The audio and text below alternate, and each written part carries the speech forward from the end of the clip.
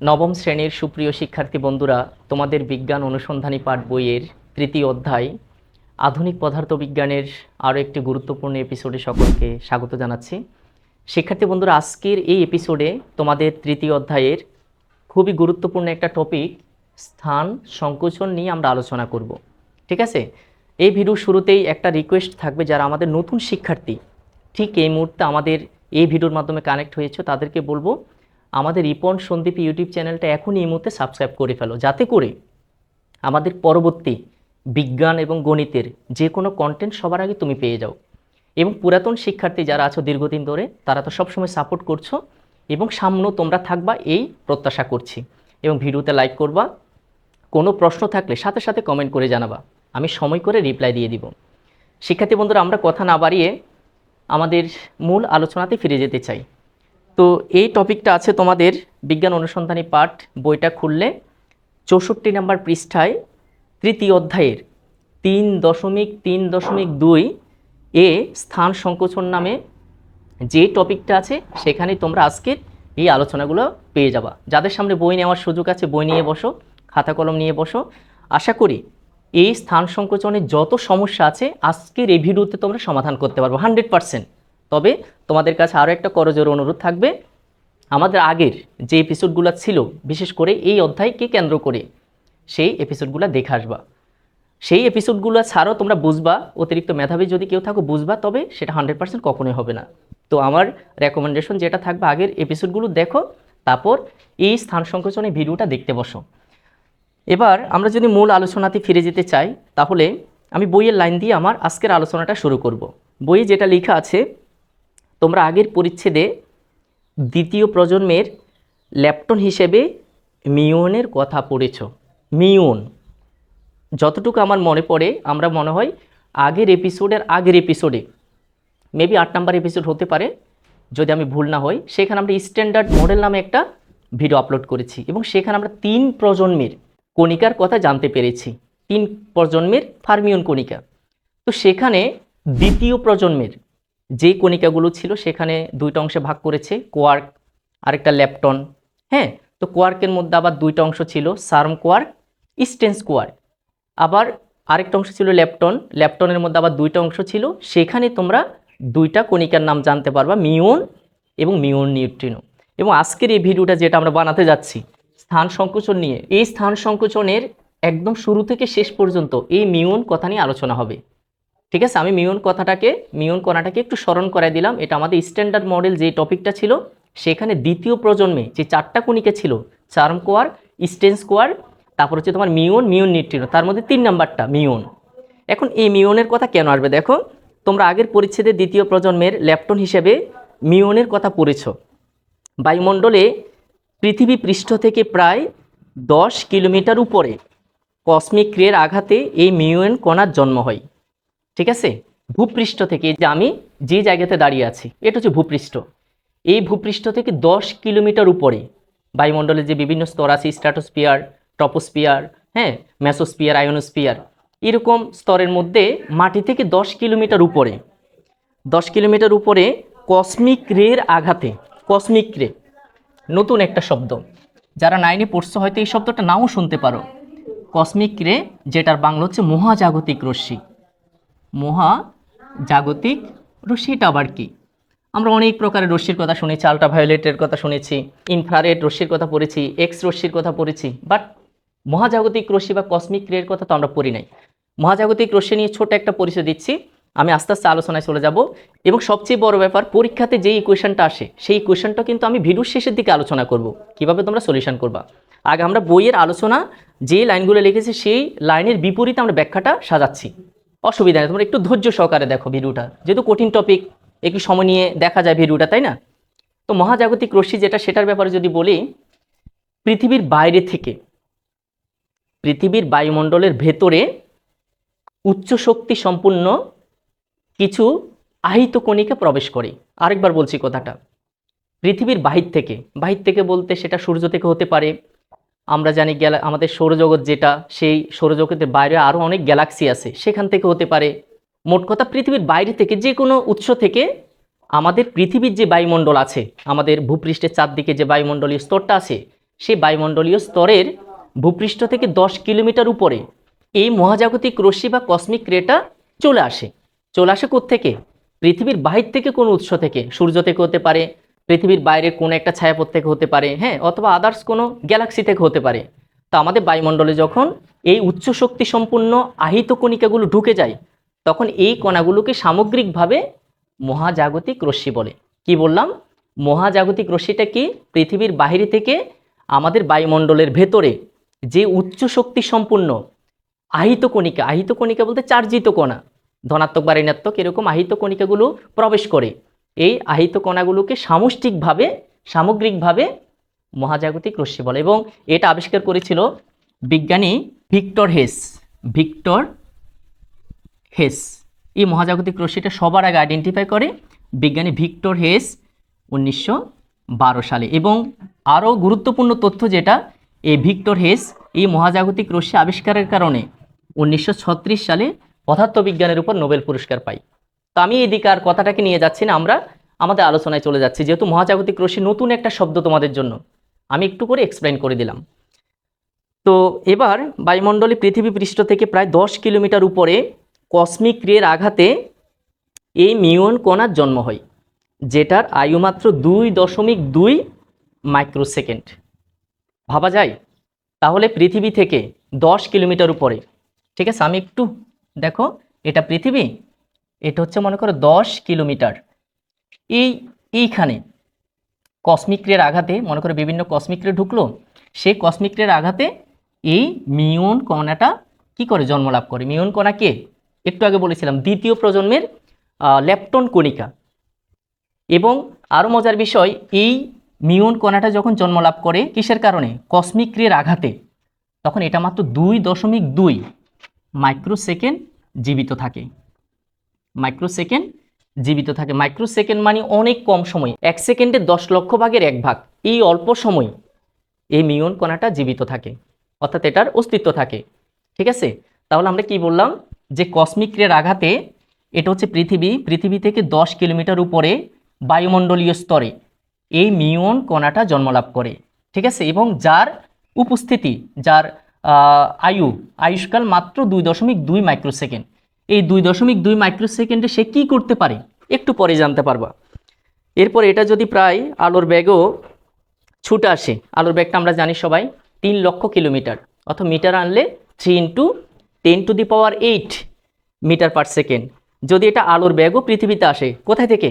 এই যে এখানে উৎপন্ন হলো এই মিউন কণিকাটা যদি আলোর বেগে পৃথিবীতে চলে আসে, হ্যাঁ, পৃথিবীর দিকে ছুটে আসে, তাহলে এই সময়ে এটি মাত্র 0.66 কিলোমিটার দূরত্ব অতিক্রম করবে। তাহলে মিউন কণিকা যেটা, সেটা যদি তোমার আলোর বেগে আসে, আলোর বেগ 3 × 10⁸ মিটার পার সেকেন্ড, এই বেগে যদি সে ছুটতে থাকে, মাত্র 0.66 কিলোমিটার আসতে পারবে। 0.66 কিলোমিটার আসতে পারবে, কোনোভাবেই এটা পৃথিবী পৃষ্ঠে পৌঁছাতে পারবে না। দেখছো? তাহলে পৃথিবী থেকে 10 কিলোমিটার উপরে কসমিক রে বা মহাজাগতিক রশ্মির সংঘর্ষের কারণে বা আঘাতে যে মিউন কণাটা সৃষ্টি হয়, যার আয়ুষ্কাল মাত্র 2.2 মাইক্রোসেকেন্ড, সে মাত্র যদি আলোর বেগও ছুটে আসে, মাত্র 0.66 কিলোমিটার সে আসতে পারবে। তাহলে কখনোই কোনোভাবেই এই 10 কিলোমিটারের দূরে পৃথিবী যেটা আছে, সে পৃথিবী পৃষ্ঠে পৌঁছানোর কথা না, কারণ সে এখান থেকে এখানে আসতে দূরত্ব হচ্ছে 10 কিলোমিটার, কিন্তু সে বেঁচে থাকে মাত্র 2.2 মাইক্রোসেকেন্ড।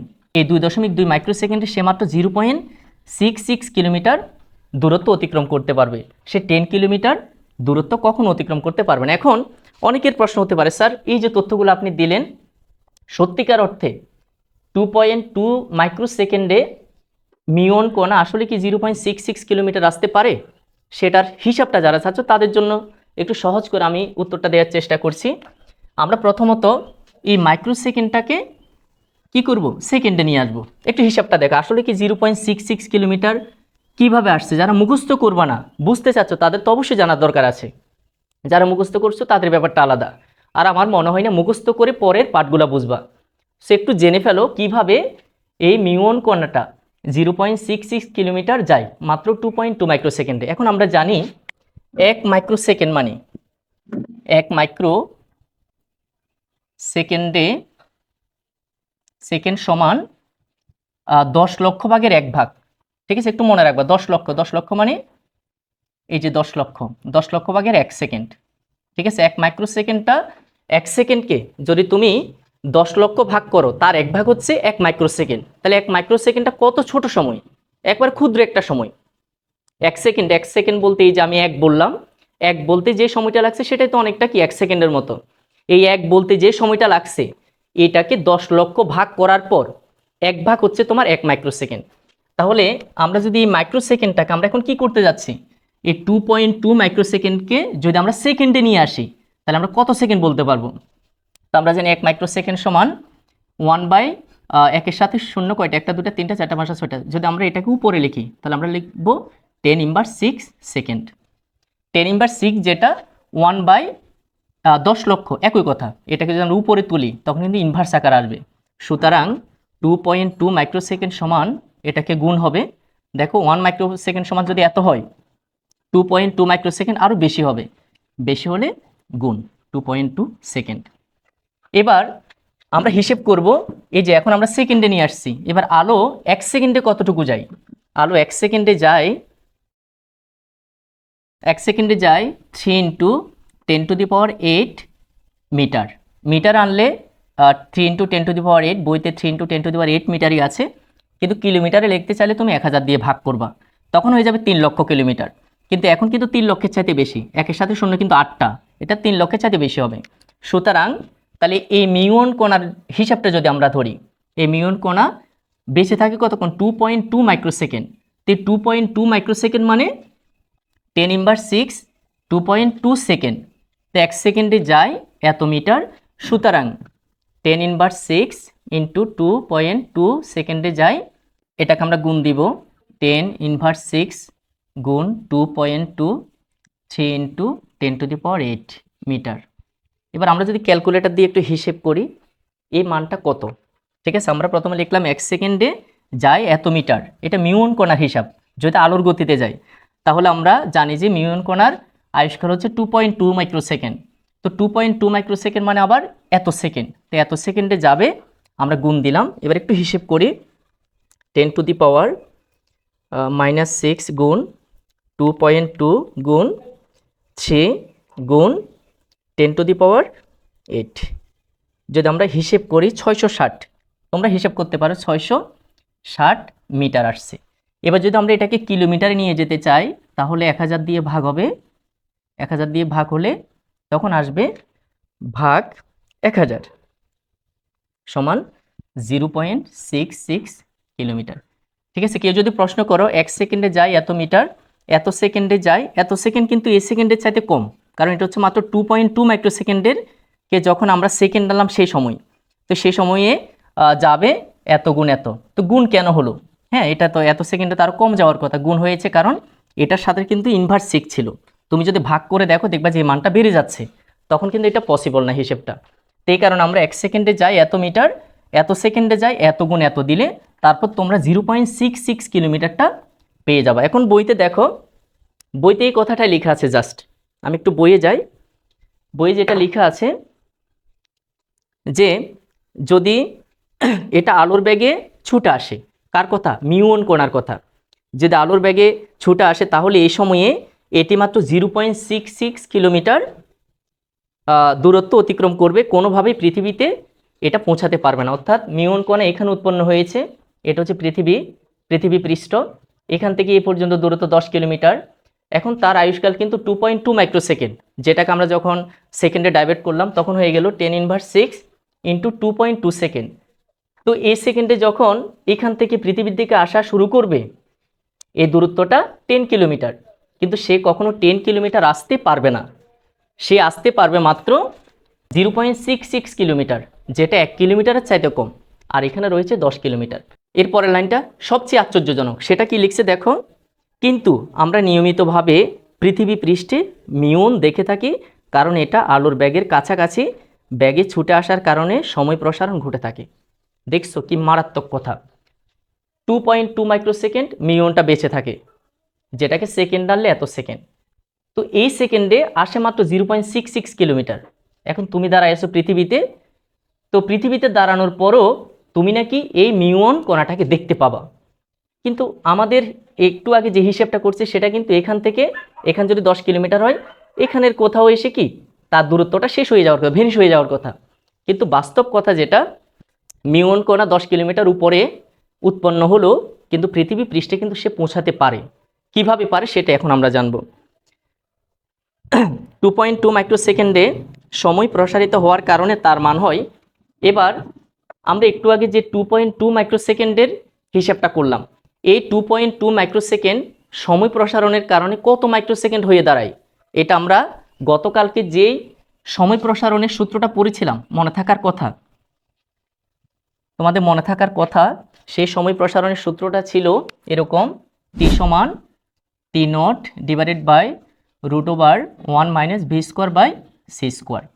এটা ছিল সময় প্রসারণের সূত্র। সময় প্রসারণের সূত্র মানে তুমি যখন একটা ঘড়িকে চলন্ত কোনো ট্রেনের মধ্যে বা চলন্ত কোনো গতিশীল কোনো বস্তুর মধ্যে ঘড়িটাকে টাইমিংটা করবা, আরেকজন মানুষ যদি কোথাও স্থির থেকে একই সময়টা মাপার চেষ্টা করে, তখন আমরা অবাক হয়েছিলাম দুইটা সময় কখনো মিলবে না, এবং চলন্ত যে বস্তুর সময়টা সেই সময়টা অনেক কম থাকবে, আর স্থির হয়ে যে দাঁড়িয়েছে তার ঘড়িতে সময়টা অনেক বেশি আসবে। এবং আমরা একটা সময় জেনেছিলাম, যারা আমাদের আগের এপিসোডটা দেখেছো, বিশেষ করে সময় প্রসারণ নিয়ে, সেখানে আমরা দেখেছিলাম যদি কোনো একটা ট্রেন আলোর বেগে যায় তখন টি সমান 70 নট, অর্থাৎ চলন্ত বস্তুর সময়কে 7 দিয়ে গুণ করলে স্থির যে ঘড়িটা তুমি যে দাঁড়িয়ে আছো বাইরে সেই সময়ের সমান হবে। অর্থাৎ তুমি কোনো স্টেশনে বা স্থির জায়গাতে যদি চলন্ত কোনো গাড়ির ভিতরে বা চলন্ত কোনো যানের ভিতরে থাকা একটা সময়কে পরিমাপ করতে যাও, আর সেটা যদি আলোর বেগে যায়, সেই ট্রেন হোক, বাস হোক বা আদার্স কোনো বস্তু হোক, সেটা যদি আলোর বেগে যায় তখন ওর সময়টা যত, তাকে 7 দিয়ে গুণ করলে তোমার সময় সমান হবে। অর্থাৎ সেখানে 10 বছর, তোমার 70 বছর। এভাবে আমরা আগের এপিসোডে ব্যাখ্যা করেছিলাম। দুইটা সময় কখনো মিলবে না। এখন মিউন কণা যখন, আমি মুছে ফেলেছি, মিউন কণা যখন বায়ুমণ্ডল থেকে পৃথিবীর দিকে আসে তখন সে আসার কথা অরিজিনালি 0.66 কিলোমিটার, কিন্তু মজার ব্যাপার 10 কিলোমিটার উপরে বায়ুমণ্ডলে মিউন কণাটা সৃষ্টি হয়, বাট তুমি পৃথিবীর মধ্যে দ্বারা দেখতেছো। কিভাবে সম্ভব? এটা আমরা এখন সময় প্রসারণের যে সূত্রটা আছে এটা দিয়ে আমরা অ্যাপ্লাই করব। দেখো, তাহলে টি নটটাকে আমরা ধরবো মিউনের সময়, আমরা টিটা রেখে দিব, মিউনের সময় 2.2 মাইক্রোসেকেন্ড। এবার √1 মাইনাস ভি, ঠিক আছে, ভিটা কি ধরবো আমরা? ব্যাগ, আলোর ব্যাগটা কত, এই যে এখানে লিখে দিয়েছে যদি, কিন্তু আমরা নিয়মিতভাবে পৃথিবী পৃষ্ঠে মিউন দেখে থাকি, কারণ এটা আলোর ব্যাগের কাছাকাছি এত বেগে ছুটে আসার কারণে সময় প্রসারণ ঘটে থাকে। অর্থাৎ এটা মিউন কণা যখন তৈরি হয় তখন সে প্রায় আলোর কাছাকাছি ব্যাগে আসে। 1c হইলে আলোর ব্যাগ হয়তো ডিরেক্টলি, কিন্তু এখানে লিখছে 0.998c। ঠিক আছে, এখন আমরা ব্যাগের জায়গায় যে ব্যাগটা সেটার জায়গায় দিব 0.998c, আর নিচে তোমার এটা সি স্কোয়ার হোল স্কোয়ার দিব, নিচে দিব সি স্কোয়ার। এবার আমরা যদি হিসেব করি, সমান 2.2 আর নিচে রুট দাও 1 মাইনাস এখানে 0.998কে যদি আমরা স্কোয়ার করি, হ্যাঁ, তখন কি হবে দেখি, 0.998 স্কোয়ার যদি করি সমান 0.996। আমরা একটু হিসেবটা লিখি, 0.996,004, এরপরে স্কোয়ারটা সির উপরে থাকবা, সি স্কোয়ার, নিচে সি স্কোয়ার তো অলরেডি আসেই, এই সি স্কোয়ারটা কাটা। এবার উপর আছে তোমার 2.2, নিচে আছে 1 থেকে এত বিয়োগ করো। আমরা একবারে রুট সহ কাজটা করে ফেলি, root bracket 1 minus 0.996,004 bracket close করলাম, সমান আসছে কত, 0.0632, আরও আছে আমি দিব না, হ্যাঁ। এরপরে যদি আমি এই হিসেবটা করি, 2.2 ভাগ নিচে আছে 0.063 পর্যন্ত রাখি, হ্যাঁ, 2 সহ আরও অনেক সংখ্যা ছিল আমরা ওগুলো দিব না, সমান 34.9, 34.9 আসে, যেটাকে আমরা প্রায় 35 ধরে নিতে পারি। এখন বইয়ের হিসাবটা দেখো, বইয়ের হিসাবটা কিন্তু মনে হয় 35 মাইক্রোসেকেন্ড আসছে। অর্থাৎ মিউনের যে টাইমটা, মিউনটা যতক্ষণ বেঁচে থাকে 2.2 মাইক্রোসেকেন্ড, এই 2.2 মাইক্রোসেকেন্ডটা আমরা টি নটের জায়গায় দিব, আর টিটা আমরা বের করব। টিটা কার টাইম? টিটা হচ্ছে এই যে আমরা পৃথিবীতে দাঁড়িয়ে আমরা মিউনকে দেখতেছি, যে মিউনটা আসার কথা মাত্র 0.66 কিলোমিটার। অথচ আমি পৃথিবীর মধ্যে দাঁড়াই, এটা যদি পৃথিবী হয় আর এটা যদি মিউন কণার উৎপত্তিস্থল হয়, এখান থেকে এখানে 10 কিলোমিটার দূরত্ব। হ্যাঁ, অথচ এই মিউনটা আছে মাত্র 2.2 মাইক্রোসেকেন্ড। 2.2 মাইক্রোসেকেন্ডে সে কিন্তু আসে মাত্র 0.66 কিলোমিটার। কিন্তু আমি পৃথিবীতে দাঁড়াই, এই আলোটাকে দেখতেছি এখানে চলে আসছে। সেটার কারণ হচ্ছে আমি যখন এইখানে দাঁড়াবো তখন আমার ঘড়ির টাইমটা কত হয়ে গেছে সেটা বের করার সূত্রের নাম হচ্ছে সময় প্রসারণের সূত্র। তো সেটা আমরা বের করব টি সমান T0/√1 - b²/c²। তো যেহেতু আলোর বেগে আসতেছে মিউনটা, তো আমরা ভি সমান এত দিয়ে দিলাম। তাদের নির্দেশনা অনুযায়ী আমরা এটাকে স্কোয়ার করলাম, c² চলে গেল। তারপর এটা ছিল, এরপর আমরা 1 থেকে এত বিয়োগ করলাম, রুট করলাম, নিচে এই সংখ্যা আসে, আরও অনেক সংখ্যা আসে, আমরা মাত্র দশমিকের উপরে 3টা ঘর রাখলাম।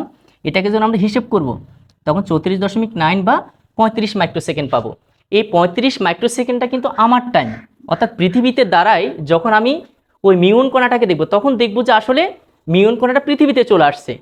কিন্তু মিউন কণা অরিজিনালি মাত্র আসার কথা ছিল মাত্র কত, 0.66 কিলোমিটার। এটা সম্ভব হয়েছে শুধুমাত্র স্থান সংকোচনের কারণে। অর্থাৎ যখন একটা বস্তু গতির মধ্যে আসে, হ্যাঁ, তখন তার ঘড়ির যে সময় এবং যে মানুষটা স্থির হয়ে দাঁড়িয়ে থাকে সেই সময়টা কখনো এক হয় না। তো এক না হওয়ার কারণে মিউনের হিসাবে মাত্র 2.2 মাইক্রোসেকেন্ড সে পৃথিবীর দিকে আসতেছে, সেই হিসেবে মাত্র 0.66 কিলোমিটার। কিন্তু আমার হিসেবে বা তোমার হিসেবে তুমি পৃথিবীতে দাঁড়ায় আসো, সেই 2.2 মাইক্রোসেকেন্ড টাইমটা কততে ডাইভার্ট হচ্ছে, 35 মাইক্রোসেকেন্ডে। তাহলে তুমি হিসাব করবা 35 মাইক্রোসেকেন্ডে তোমার এই মিউন কণাটা কতটুকু আসতে পারে সেটা একটু হিসেব করে ফেলি। এবার আমরা দেখব যেটা মিউনের ঘড়িতে মাত্র 2.2 মাইক্রোসেকেন্ড, সেটা আমার বা তোমার ঘড়িতে যারা আমরা পৃথিবীতে দাঁড়ায় আছি সেটা হচ্ছে কত, 35 মাইক্রোসেকেন্ড। এটা সম্ভব হয়েছে স্থান সংকোচনের কারণে বা সময় প্রসারণের কারণে। অর্থাৎ যে সময়টা মিউনের কাছে 2.2 মাইক্রোসেকেন্ড, সেটা আমার ঘড়িতে আমি যেহেতু স্থির দাঁড়িয়ে আছি সেটা হচ্ছে 35 মাইক্রোসেকেন্ড। এখন আমি হিসাব করব 35 মাইক্রোসেকেন্ডে এই মিউন কণাটা কতটুকু আসতে পারে। দেখো এবার সেটা হিসেব করি। আমরা একটু আগে 1 মাইক্রোসেকেন্ডকে যখন আমরা সেকেন্ডে নিয়ে আসছি, 1 মাইক্রোসেকেন্ড, এটা হ্যাঁ সংক্ষেপে এভাবে লিখতে পারবা। 1 মাইক্রোসেকেন্ড সমান কী ছিল, 10⁻6 সেকেন্ড ছিল। এবার আমরা যদি 35 মাইক্রোসেকেন্ডটাকে সেকেন্ডে নিয়ে আসি, 35 মাইক্রোসেকেন্ডটাকে, তাহলে 10⁻6 × 35 সেকেন্ড। এটা হচ্ছে কার হিসাবে, এটা হচ্ছে আমাদের পৃথিবীতে আমরা যারা আছি, যারা পৃথিবী থেকে মিউনকে দেখতেছি, সেই মিউনের সত্যিকারের আয়ুষ্কাল ছিল 2.2 সেকেন্ড, 2.2 মাইক্রোসেকেন্ড। কিন্তু আমরা যেহেতু পৃথিবীতে দাঁড়িয়ে আছি, মিউনকে আসতে দেখতেছি, তো আমাদের হিসাবে আমাদের ঘড়িতে সেই সময়টা হয়ে যাবে 35 মাইক্রোসেকেন্ড। এখন আমরা 35 মাইক্রোসেকেন্ডকে সেকেন্ডে নিয়ে আসলাম। 1 মাইক্রোসেকেন্ড সমান 10⁻6 সেকেন্ড, তাহলে 35 মাইক্রোসেকেন্ড সমান 10⁻6 × 35 সেকেন্ড। এবার এতটুকু সময়ে মিউনটা কতটুকু যায় সেটা একটু হিসাব করি। 1 সেকেন্ডে মিউন অতিক্রম করে 3 × 10⁸ মিটার। সুতরাং তাহলে আমাদের ঘড়িতে কত সেকেন্ড, 10⁻6 × 35। এত সেকেন্ডে যাবে 3 × 10⁸ গুণ 10⁻6 গুণ 35। ঠিক আছে, আমরা একটু আগে এই হিসাবটা হচ্ছে আগের হিসাবের মতো, অর্থাৎ আমরা একটু আগে 2.2 মাইক্রোসেকেন্ডে কতটুকু গিয়েছিল, মাত্র 0.66 কিলোমিটার। এবার আমরা আমাদের ঘড়িতে সেই 2.2 মাইক্রোসেকেন্ডটা হয়ে গিয়েছে 35 মাইক্রোসেকেন্ড। তো আমরা যেটা করলাম, 1 মাইক্রোসেকেন্ড সমান 10⁻6 সেকেন্ড লিখলাম। এবার 35 মাইক্রোসেকেন্ডে কত সেকেন্ড, সেকেন্ডে ডাইভার্ট করলাম এই সময়টাকে। এবার আমরা লিখব, যখন আমরা সেকেন্ডে নিয়ে আসলাম, 1 সেকেন্ডে যায় এত মিটার। সুতরাং এই যে সেকেন্ডটা আসলো সেই সেকেন্ডে যাবে কত দেখি তো একটু, 3 × 10⁸ গুণ 10⁻6 গুণ 35। এখানে আসছে তোমার 10,500। ঠিক আছে, 10,500 মিটার। এটাকে যদি আমরা কিলোমিটারে নিয়ে আসি তাহলে 1000 দিয়ে ভাগ, এটা হবে তোমার কিলোমিটার। এখন 0,0,0,0 চলে গেছে, তার মানে ভাগ করলে 10.5 কিলোমিটার। চিন্তা করে দেখো, মিউনের হিসাবে যেটা 2.2 মাইক্রোসেকেন্ড ছিল, আমি পৃথিবীতে দাঁড়াই, আমার ঘড়িতে ছিল সেটা 35 মাইক্রোসেকেন্ড। এখন এই 35 মাইক্রোসেকেন্ডকে আমরা সেকেন্ডে আনলাম। এবার 1 সেকেন্ডে মিউন যায়, যেহেতু আলোর বেগে যাচ্ছে এত মিটার, সুতরাং এত সেকেন্ডে যাবে এতটুকু। তার মানে আমার ঘড়িতে যে হিসাব সেটা হচ্ছে 35 মাইক্রোসেকেন্ড, এবং 35 মাইক্রোসেকেন্ডে মিউনটা কিন্তু কি সরাসরি 10.5 কিলোমিটার চলে আসে। তার মতে আসতেছে 0.66 কিলোমিটার 2.2 মাইক্রোসেকেন্ডে। আর আমি বা তুমি পৃথিবীতে দাঁড়ায় মিউনকে দেখতেছি, পৃথিবীতে চলে আসছে কিভাবে? তো সেটা আসার কারণ আমাদের ঘড়িতে সেটা 35 মাইক্রোসেকেন্ড, এবং 35 মাইক্রোসেকেন্ডে মিউন কিন্তু 10.5 কিলোমিটার চলে আসতে পারে। অথচ এই মিউনটা উৎপন্ন হয়েছে ভূপৃষ্ঠ থেকে 10 কিলোমিটার দূরে, তার মানে পৃথিবীর কাছাকাছি চলেই আসবে। শুধুমাত্র সম্ভব হয়েছে স্থান সংকোচনের কারণে বা সময় প্রসারণের কারণে। এবার আমরা একটু বইয়ের দিকে যাব। মিউনের পৃথিবী পৃষ্ঠে চলে আসার ব্যাপারটি অন্যভাবে ব্যাখ্যা করা যায়। ধরা যাক বায়ুমণ্ডলের উপর থেকে পৃথিবী পৃষ্ঠের দূরত্ব এল, এবং তুমি তোমার ঘড়িতে একটা মিউনকে টি সময়ে এই দূরত্ব অতিক্রম করতে দেখেছো। কাজে তোমার কাছে মনে হবে মিউনের বেগ হচ্ছে। এবার তারা সমীকরণের সাহায্যে আমাদেরকে বোঝাবে। এতক্ষণ পর্যন্ত আমরা যেটা জানতে পারলাম সেটা হচ্ছে কি জানো, একটা মিউন যেটার আয়ুষ্কাল মাত্র 2.2 মাইক্রোসেকেন্ড। এখন এই 2.2 মাইক্রোসেকেন্ডে মিউনটা তোমার 0.66 কিলোমিটার পথ অতিক্রম করার কথা। তো সেই হিসাবে এটা পৃথিবীতে কখনো আসার কথা ছিল না, কিন্তু আমরা পৃথিবী থেকে এই মিউনটাকে দেখি যে চলে আসে। 10 কিলোমিটার দূরত্বে অতিক্রম হইল, এটা পৃথিবীতে চলে আসে। তো সেটার কারণ হচ্ছে সময় প্রসারণ। কারণ মিউনের কাছে 2.2 মাইক্রোসেকেন্ড, বাট আমরা পৃথিবীতে যারা আছি যেহেতু আমরা স্থির আছি, আমাদের কাছে এই সময়টা 35 মাইক্রোসেকেন্ড। তো মিউন হিসাব করবে 2.2 মাইক্রোসেকেন্ডে কতটুকু যায়, 0.66 কিলোমিটার। আর আমরা যেহেতু পৃথিবীতে স্থির আছি, আমরা হিসাব করব 35 মাইক্রোসেকেন্ডে মিউনটা কতটুকু আসে। তো দেখলাম যে দুইটা দূরত্বের বিশাল ব্যবধান। সে আসে 0.66 কিলোমিটার, কিন্তু আমরা দেখলাম যে সে চলে আসে 10.5 কিলোমিটার।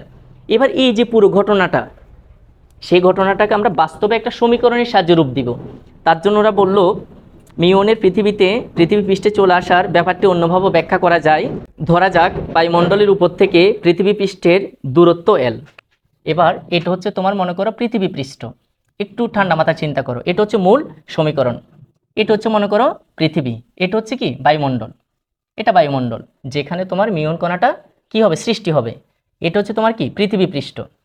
তো কি বলছে দেখো, বায়ুমণ্ডলের উপর থেকে পৃথিবী পৃষ্ঠের দূরত্ব এল।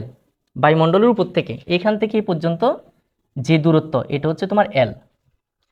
ঠিক আছে, এটা ডিও ধরা যায়। ওরা যেহেতু এল ধরছে, আমরা এল ধরি। এবং তুমি তোমার ঘড়িতে একটা মিউনকে টি সময়ে এই দূরত্ব অতিক্রম করতে দেখেছো। এখন আমি পৃথিবীতে, ধরো আমি এখানে আসি বা তুমি এখানে আসো, তুমি দেখতেছো যে এখান থেকে একটা মিউন কণা হ্যাঁ এখানে চলে আসছে, কোনো কারণে চলে আসছে। তার ব্যাগটা কেমন ছিল এটা আমাদের জানার দরকার নাই। এখান থেকে মিউন কণাটি এখানে চলে আসছে, এবং এখান থেকে এই পর্যন্ত দূরত্বটা আগে যদিও তোমার 10 কিলোমিটার ছিল, এখন তারা যেহেতু ইকুয়েশন নেবে এই জন্য প্রতীক ধরল এল কিলোমিটার। এবং এই সময়টা আসতে, এই যে মিউন কণাটি এখানে আসতে মনে করো টি সময়টা লাগছে, এটা টি সময় ধরল। তাহলে টি সময়টা কার, আমার নিজের ঘড়িতে ধরা সময়। বা তুমি পৃথিবী পৃষ্ঠ থেকে যদি এই সময়টা কাউন্ট করো, তোমার ঘড়িতে কিন্তু টি সেকেন্ড সময়। এবার তুমি তোমার ঘড়িতে একটা মিউনকে টি সময় এই দূরত্ব অতিক্রম করতে দেখেছো, কাজে তোমার কাছে মনে হবে মিউনের ব্যাগ। এবার এই তথ্য থেকে আমরা কিন্তু মিউনের ব্যাগটা পাবো। মিউনের ব্যাগটা কিভাবে পাবো দেখো, আমরা জানি একটা সূত্র জানি, এস ইকুয়াল টু ভিটি, মনে আছে নিশ্চয়। এস ইকুয়াল টু ভিটি মানে দূরত্ব সমান ব্যাগ ইন্টু সময়। ব্যাগ সমান কি হবে, তাহলে এটাকে পক্ষান্তর করো, এস বাই টি। ঠিক আছে, এস বাই টি অর্থাৎ দূরত্ব ভাগ সময়। তাহলে এখানে যে ব্যাগ, সেই ব্যাগটা কি হবে, ভি সমান দূরত্বটা এল আর সময়টা কি টি। তাহলে এটাকে দেবো আমরা 1 নং সমীকরণ। আচ্ছা, এই যে ব্যাগের সমীকরণটা পেলাম, এটা কি থেকে পেলাম, ওই যে আমাদের গতির যে সম্পর্কগুলো ছিল, এস ইকুয়াল টু ভিটি। যখন কোনো একটা বস্তু সমবেগে যায় তখন তার দূরত্ব হয় এস ইকুয়াল টু ভিটি। তো এস ইকুয়াল টু ভিটি যদি হয়, আবার ভি সমান হবে এস বাই টি। পক্ষান্তর করলে দেখো, তুমি যদি ভিটিটাকে এই পাশে নিয়ে আসো, হ্যাঁ ভিটা রেখে দাও, টিটি এখানে ভাগাকার আসবে। এখন দেখো এখানে দূরত্বটা কিন্তু এস ধরে না, তার এল ধরছে। তাহলে এখানে ভি সমান এস বাই টির পরিবর্তে আমরা লিখব V equal to L by T. ঠিক আছে, ভি ইকুয়াল টু কি এল বাই টি। এবার এটা আমরা বুঝলাম। আবার মিউনের ঘড়িতে, এটা হচ্ছে তোমার ঘড়িতে হিসাব। দেখো একটু আগের হিসাবটা যাদের এখনও অনেকটা কি আকাশ কুসুম মনে হচ্ছে, এটা কিভাবে সম্ভব, তাদের জন্য কিন্তু এই সমীকরণটা। ঠিক আছে, এই সমীকরণটা একটু ভালোভাবে দেখো। তাহলে এই যে টাইমটা আমরা পেলাম, এই ব্যাগটা, সেটা হচ্ছে তোমার ঘড়িতে যে টি টাইমটা লাগছে, তোমার ঘড়ির হিসেবে যে টি সময়টা লাগছে, এই টি সময় দিয়ে যখন আমরা ব্যাগটা বের করতে গেলাম, আমরা জানি ব্যাগ সমান দূরত্ব বাই সময়। তো দূরত্ব ছিল এল, আর টিটা কোত্থেকে আসছে, টিটা হচ্ছে তোমার ঘড়িতে মাপা সময়। আবার মিউনের ঘড়িতে, মিউনের মনে হবে সে নিজে স্থির হয়ে দাঁড়িয়ে আছে, পৃথিবীটা ভি ব্যাগে তার দিকে ছুটে আসছে। এবং টি নট সময়ে পৃথিবী তার কাছে পৌঁছে গেছে। খুবই মারাত্মক একটা কথা। এখন তুমি যখন এখানে দাঁড়ায় থাকবা, এটা কখন আসলে আমরা এটা ফিল করব না, কারণ আমাদের পক্ষে তো আর পৃথিবীর বাইরে কোথাও গিয়ে দেখা সম্ভব না যে পৃথিবী আমাদের দিকে আসছে কিনা, আমরা অন্য কোনো গ্রহে যাওয়া পসিবল না। কিন্তু তুমি যদি বাস্তবে এটা ফিল করো, বিশেষ করে মিওনের ঘড়িতে, অর্থাৎ মিওন, এটা হচ্ছে মিওন। এবার তুমি যদি মিওনে থাকো এবং সেখান থেকে ঘড়ির টাইমটা ধরতে চেষ্টা করো, তুমি দেখবা যে তুমি পৃথিবীর দিকে যাচ্ছ না, এটা মনে হবে না, বরং পৃথিবীটা তোমার দিকে যাচ্ছে। এখন আমি পৃথিবীতে দাঁড়ায় আছি, আমি মিওনের দিকে তাকালাম, আকাশের দিকে, মনে হবে যেন মিওনটা আমার দিকে আসছে এবং আসতে সময় লাগতেছে টি, এবং ব্যাগটা হচ্ছে L/T। কিন্তু আমি যখন মিওনে থাকবো তখন মিওনটা যাচ্ছে কত বেগে? আলোর বেগে। কিন্তু আমার কাছে মনে হবে আসলে মিওনটা যাচ্ছে না, পৃথিবীটা মিওনের দিকে যাচ্ছে। এটা হচ্ছে মূল সমস্যা। তারপর মিওনের ঘড়িতে মিওনের মনে হবে সে নিজে স্থির হয়ে দাঁড়িয়ে আছে, পৃথিবীটা বিবেগে তার দিকে ছুটে আসছে এবং টি নট সময়ে পৃথিবীটা তার কাছে পৌঁছে গেছে। মিওনের যদি মনে হয় পৃথিবীটা L নট দূরত্ব আছে, তাহলে তার কাছে ব্যাগটা হচ্ছে। এবার আমরা আরেকটা চিত্র আঁকি। এটা মনে করো মিওন। এবার তুমি মিওন আছো, এখান থেকে তুমি টাইমিংটা ধরো, ঘড়িটা ধরতেছো, তখন পৃথিবীটা মনে হবে কার দিকে যাচ্ছে? তোমার দিকে যাচ্ছে। এখানে তো তোমার মিউনটা পৃথিবীর দিকে যাচ্ছে, তুমি দেখতেছো যে মিউনটা তোমার দিকে আসছে।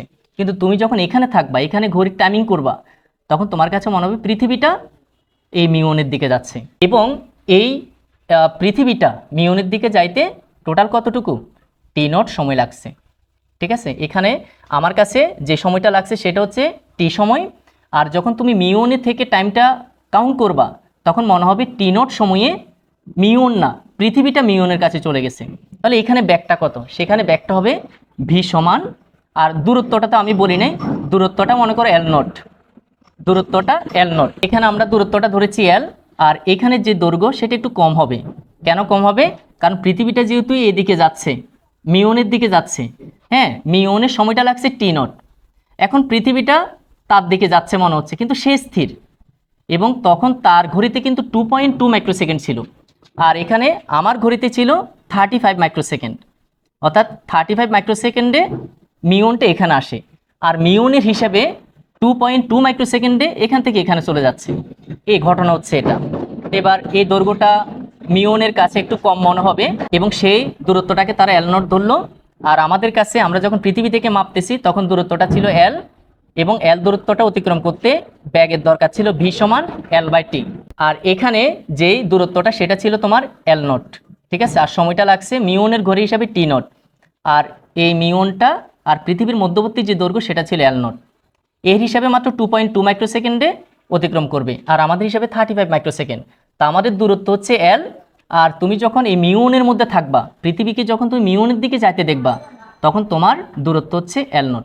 তো তখন তোমার ব্যাগটা কি হবে? একই সূত্র ইউজ করো, L নট বাই কি টি নট। ঠিক আছে, যেহেতু আমরা জানি ব্যাগ সমান হচ্ছে কি দূরত্ব বাই সময়। তো এখানে মোট দৈর্ঘ্য ছিল L, টাইমটা ছিল টি, আর এখানে হচ্ছে তোমার মোট দৈর্ঘ্য ছিল L নট, আর টাইমটা হচ্ছে তোমার কি টি নট। এখন এটাকে 2 নং সমীকরণ দাও। এখন আমরা জানি দুইটা ব্যাগই সমান হবে। ঠিক আছে, যেহেতু দুইজনই পৃথিবীতে এবং মিওন একসাথে দেখা হয়। একটা সময় যেহেতু আমি মিওনকে কি পৃথিবীতে দেখতেছি, অথবা মিওনে যদি তুমি থাকো, তুমি কিন্তু একটা সময় পৃথিবীকে দেখে যাবা। তো দেখা হওয়ার অর্থ হচ্ছে যে তার মানে একই ব্যাগে পৃথিবীটা মিওনের কাছে গিয়েছে, অথবা মিওনটা পৃথিবীর কাছে এসেছে। তাহলে আমরা এই দুইটা ব্যাগকে সমান লিখতে পারবো। তাহলে আমরা লিখতে পারি 1 নং ও 2 নং হতে পাই। তাহলে তোমার এটা আগে লিখো, L nought by T nought সমান L/T। এবার Lটাকে আগে নিয়ে আসো, Lটা রিপ্লেস করো, L নট বাই L হবে, আর টি নট উপরে হবে, টি নট বাই টি হবে। এবার সুতরাং L নট সমান, Lটাকে যদি এই পাশে নিয়ে আসো, L গুণ টি নট বাই টি, এরকম একটা ইকুয়েশন আসবে। ঠিক আছে, এখানে শুধু রিপ্লেস করছি, Lটা টি নটের জায়গায়, টি নটটা L এর জায়গায়। তারপর L নটটাকে রেখে দিলাম, Lটা নিচে ছিল, এখানে গুণাকার হয়ে গেছে। দেখো এই সমীকরণটা বইতে আসছে কিনা দেখো, L নট সমান L into T naught by T. এবার আমরা আরেকটা সম্পর্ক জানি, সেই সম্পর্কটা কি জানো? ওই যে গতকালকের সময় প্রসারণ, যেটা সেখানে কি ছিল, টি সমান T naught divided by √1 minus V square by C square. এখন আমরা যদি কোনাকুনি গুণ করি, টি নট একে টি নট, আর এটা টির সাথে এটা গুণ, টি গুণ √1 minus V square by C square. T নটের সাথে এখানে নিচে 1 ছিল, 1-এর সাথে গুণ করলাম, আর টির সাথে এটা গুণ। এবার টিটাকে আবার এই পাশে নিয়ে আসো, সুতরাং কি পেলাম, টি নট বাই টি সমান √1 - v²/c²। এটা করার কারণ ছিল যাতে টি নট বাই টি এর মানটা আমরা এখানে বসাতে পারি। তাহলে এবার এটাকে যদি আমরা 3 নং সমীকরণ দিই, হ্যাঁ আগের দুটো 1 নং 2 নং ছিল, এটাকে 3 নং সমীকরণ দিলাম। এবার টি নট বাই টি এর মান, টি নট বাই টি এর মান কোথায় বসাবো, 3 নং এ বসাবো। তাহলে আমরা ফাইনালি আরেকটা সমীকরণ পাবো, 3 নং এ বসিয়ে পাই। তো 3 নং ছিল কি, এল নট সমান এল গুণ টি নট বাই টি এর মান কত ছিল, টি নট বাই টি এর মান ছিল √1 - v²/c²। দেখো ফাইনালি আমরা এই সমীকরণটা পেলাম, এল নট সমান এল √1 - v²। এবং এটাই হচ্ছে আমাদের আজকের যে টপিক স্থান সংকোচন, এই স্থান সংকোচনের মূল সমীকরণ, এল নট সমান এল ইন্টু √n - v²/c²। এখন এই দুইটা দৈর্ঘ্য নিশ্চয় মনে আছে, এল নটটা কি ছিল, এল নটটা ছিল তোমার, এটা আমি মুছে ফেলছি, এল নটটা ছিল তোমার, এটা পৃথিবী হইলে এটা যদি মিউ1 হয়, এই মিউ1 থেকে পৃথিবীর দূরত্ব এল নট। হ্যাঁ, আরেকটা ছিল এলটা কি ছিল, এটা পৃথিবী হলে মনে করো তুমি পৃথিবীতে আসো, এটা হচ্ছে পৃথিবী থেকে মিউ1-এর দূরত্ব এলটা, দুটো কিন্তু দূরত্ব, শুধু ব্যবধান কোথায়, এল নটটা যখন হবে তখন তুমি মিউ1-এ আছো, আর যখন এল হবে তখন তুমি পৃথিবীতে আসো, দুটার মধ্যে ব্যবধান আছে। মিউ1টা গতিশীল, মিউ1টা কিন্তু পৃথিবীর দিকে যাচ্ছে বাস্তবে, কিন্তু তুমি যদি মিউ1-এ থাকো, মিউ1-এ অবস্থান করো, তখন মনে হবে পৃথিবীটা তোমার দিকে যাচ্ছে, আর যদি তুমি পৃথিবীতে থাকো তখন মনে হবে মিউ1টা তোমার দিকে আসতেছে, এই হচ্ছে ব্যবধান। তো সমীকরণটা কি পেলাম, এল নট সমান এল গুণ √1 - v²/c²। ঠিক আছে, এটা হচ্ছে আমাদের স্থান সংকোচনের মূল সূত্র। এবার আমরা পরের পেজে যদি যাই, লক্ষ্য করো √1 - v²/c² এর মান সবসময় 1 থেকে কম, কাজেই এল নটের মান সবসময় এল থেকে কম হবে। এবার তুমি দেখো এই অংশটা, কোন অংশটা, আমি একটু মুছে ফেলি, আমরা একটু দেখি, এই যে রুটের ভিতরে যে অংশটা, এটা ছিল কি, আমি আরেকবার বলি, এল নটটা ছিল তোমার মিউ1 থেকে পৃথিবীর দূরত্ব, আর এলটা ছিল কি, যখন তুমি পৃথিবীতে থাকবা তখন মিউ1 থেকে পৃথিবীর দূরত্ব। ঠিক আছে, তো এবার এরা যে বললো √1 - v²/c², হ্যাঁ এই মানটার ব্যাপারে কি বললো, √1 - v²/c² এর মান সবসময় 1 থেকে কম, এটা নাকি 1 থেকে সবসময় কম হবে, কেন, ওই যে ভি এর মান যদি কি হয়, ভি এর মান যদি তোমার আলোর ব্যাগের কাছাকাছি হয়, ধরো 0.9, 0.9c, 0.8c, হ্যাঁ, অথবা ডিরেক্টলি 1c হলে তো ডিরেক্টলি আলোর ব্যাগ, কারণ আলোর ব্যাগ মানে সি, তো সেটা হইলে যদি একেবারে 1cও হয় তখনও কিন্তু দেখো c² হবে, তখন c² কাটা হবে, তো 1 থেকে 0 গেলে 1, 1কে রুট করলে 1, অর্থাৎ এটা সবসময় 1 থেকে কি হবে, কম হবে। তো ডিরেক্টলি তো আলোর ব্যাগ হবে না, আলোর ব্যাগ থেকে একটু কম হবে, মনে করো 0.9 ধরো, তো 9 ধরলে 0.9c, নিচে কি c², 1 - এবার এটাকে যদি কাজ করো, দেখো c² কেটে যাবে, কাটা যাবে, আর 0.9 হোল স্কোয়ার থাকবে, তো 0.9 হোল স্কোয়ার করে 1 থেকে যদি বাদ দাও, সব সময় 1 থেকে কম হবে। তো 1 থেকে কম মানে হাফ হতে পারে, 1/3 হতে পারে, অর্থাৎ এই মানটা তুমি আলোর ব্যাগটা যদি আলোর ব্যাগের সাথে একটু কমাই দাও, ভি এর মানটা, এটা সব সময় পুরা হিসাবটা করলে সবসময় 1 থেকে কমে যাবে। তো ধরো হাফ দিয়ে একটু হিসেব করি আমরা, দেখো কি হয়, এল নট সমান এল গুণ এই পুরোটার মান ধরো আমরা হাফ ধরলাম, তা হাফ ধরার অর্থ কি, এল এর মানের অর্ধেক হচ্ছে এল নটের মান, তাহলে বেশিটা কি, এখানে এল এর মানকে অর্ধেক দিয়ে গুণ করলে, হাফ দিয়ে গুণ করলে কার মান আসবে, এল নটের মান আসবে, তার মানে বোঝাই যায় এল এর মানটা বড়, কারণ এল এর মানকে হাফ দিয়ে গুণ, হাফ মানে তো হচ্ছে 0.5, এটা দিয়ে গুণ করলে এল নটের সমান আসে, তার মানে এল এর মানটা সবসময় বড় হবে, যেহেতু এই মানটা সবসময় 1 থেকে কি কম আসবে, 1টা সবসময় বড়, এই মানটা সবসময় কম আসবে, তো কম আসা মানে এল এর সাথে সেই কম মানটা গুণ হবে, তার মানে এল এর মানের সাথে সেই কম মানটা গুণ করলে, 1 থেকে কম গুণ করলে কিন্তু এল নটের সমান হবে, তার মানে এল এর মানটা সবসময় বড় থাকবে। ঠিক আছে, এল নটের মানটা কম থাকবে, তার মানে আমরা বলতে পারি তুমি যখন পৃথিবীতে থাকবা তখন এই দৈর্ঘ্যটা বড় থাকবে, আর তুমি যখন মিউ1-এ থাকবা তখন এই দৈর্ঘ্যটা এল নট অর্থাৎ এটা কম থাকবে। তুমি পৃথিবীতে যখন থাকবা তখন দৈর্ঘ্যটা বড় থাকবে, আর তুমি যখন মিউ1-এ থাকবা এল নট, তখন দৈর্ঘ্য হবে কি এল নট, তখন এল নটের মানটা খুবই কম থাকবে। আচ্ছা, এরপরে দেখি, এখানে আমাদের স্থির অবস্থার সাপেক্ষে কোনো কিছুর দৈর্ঘ্য এল হলে আমাদের সাপেক্ষে বিভাগীয় গতিশীল কাঠামো থেকে সেই দূরত্বটিকে মনে হবে এল নট। কাজে মিওন যখন প্রচণ্ড বেগে পৃথিবীর দিকে ছুটে আসছিল, তার মনে হচ্ছিল সে বুঝি স্থির, এবং পৃথিবীটা প্রচণ্ড বেগে তার দিকে ছুটে আসছে। শুধু তাই না, সে কারণে বায়ুমণ্ডল থেকে পৃথিবী পর্যন্ত পুরো দূরত্বটাই সংকুচিত হয়ে ছোট্ট একটুখানি হয়ে গেছে। তাই মিওন মাত্র 2.2 মাইক্রোসেকেন্ডে বেঁচে থেকেই এই ছোট দূরত্বটা অতিক্রম করে ফেলছে। তাহলে ঘটনা হচ্ছে কি, তুমি যখন পৃথিবীতে থাকবা তখন তোমার কাছে হবে 35 মাইক্রোসেকেন্ড। এই 35 মাইক্রোসেকেন্ডে কিন্তু 10.5 কিলোমিটার দূরত্ব অতিক্রম করে ফেলে। কিন্তু যখন তুমি মিওনে থাকবা তখন হচ্ছে 2.2 মাইক্রোসেকেন্ড। কিন্তু 2.2 মাইক্রোসেকেন্ড যখন হবে, তখন এই পৃথিবীটা মনে হবে তোমার অনেক কাছে। অনেক কাছে হওয়ার কারণেই এই দূরত্বটা অতিক্রম করে ফেলে। অর্থাৎ মিওন এবং পৃথিবীর দেখা কিন্তু হয়ে যাবে। কিন্তু শুধু পার্থক্য কোথায়, তুমি যখন পৃথিবীর মধ্যে থাকবা তখন ওই 35 মাইক্রোসেকেন্ডে মিওনটা তোমার কাছে আসে। আর তুমি যখন মিওনে থাকবা তখন মাত্র 2.2 মাইক্রোসেকেন্ড। কিন্তু 2.2 মাইক্রোসেকেন্ড হলেও তখন পৃথিবীটা তোমার অনেক কাছে থাকবে। ঠিক আছে, এটা বিজ্ঞানী আলবার্ট আইনস্টাইনের হিসাব আর কি। কিন্তু 2.2 মাইক্রোসেকেন্ড কখন, যখন তুমি মিওনে থাকবা, তারপরে তোমার পৃথিবীর সাথে তোমার দেখা হয়ে যাবে। তবে পার্থক্য হচ্ছে মনে হবে যেন পৃথিবীটা তোমার দিকে যাচ্ছে। আর যখন তুমি 35 মাইক্রোসেকেন্ডের হিসাবটা করবা, তখন তুমি থাকবে পৃথিবীর মধ্যে এবং মিওনটা একটা সময় পৃথিবীর মধ্যে চলে আসবে, তুমি মিওনটাকে দেখতে পাবা। আবার তুমি যখন মিওনে থাকবা তখন হচ্ছে 2.2 মাইক্রোসেকেন্ড, তখন তুমি পৃথিবীটাকে দেখতে পাবা।